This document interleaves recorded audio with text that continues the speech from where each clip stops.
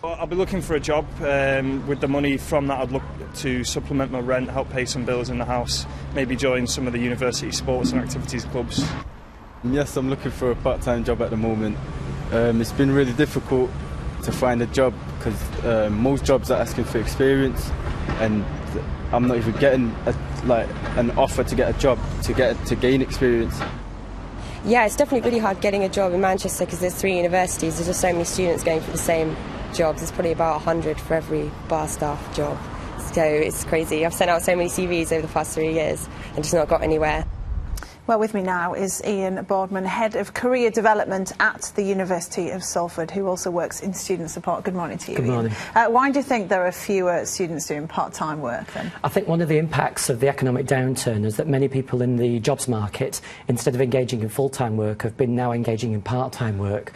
And I think the result of that is it squeezed the student job market in jobs that were traditionally taken by students that were flexible, that would fit around their studies. So it's a lot tougher for students to get work? I think it is, but I think for students who are very proactive and are articulate about their employability and can convey it, there's still lots of opportunities out there.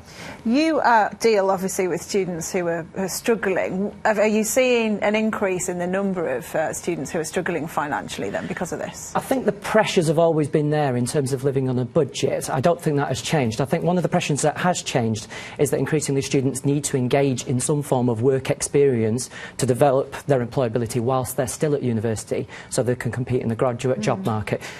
We've had quite a lot of comments in about it from students, and Ian writes, for me it was either part-time work or time to study, and I hadn't time for both, so I put my studies first and took the financial hit. Do you think that's quite common, or is that quite a lazy view to have? A bit of both, really. I think one of the key things is it's not good enough anymore from an employer's perspective to have a really good degree. I think it's important that people develop the work-based skills such as communication skills, problem-solving skills, organisational skills from part-time jobs, but also volunteering and placements.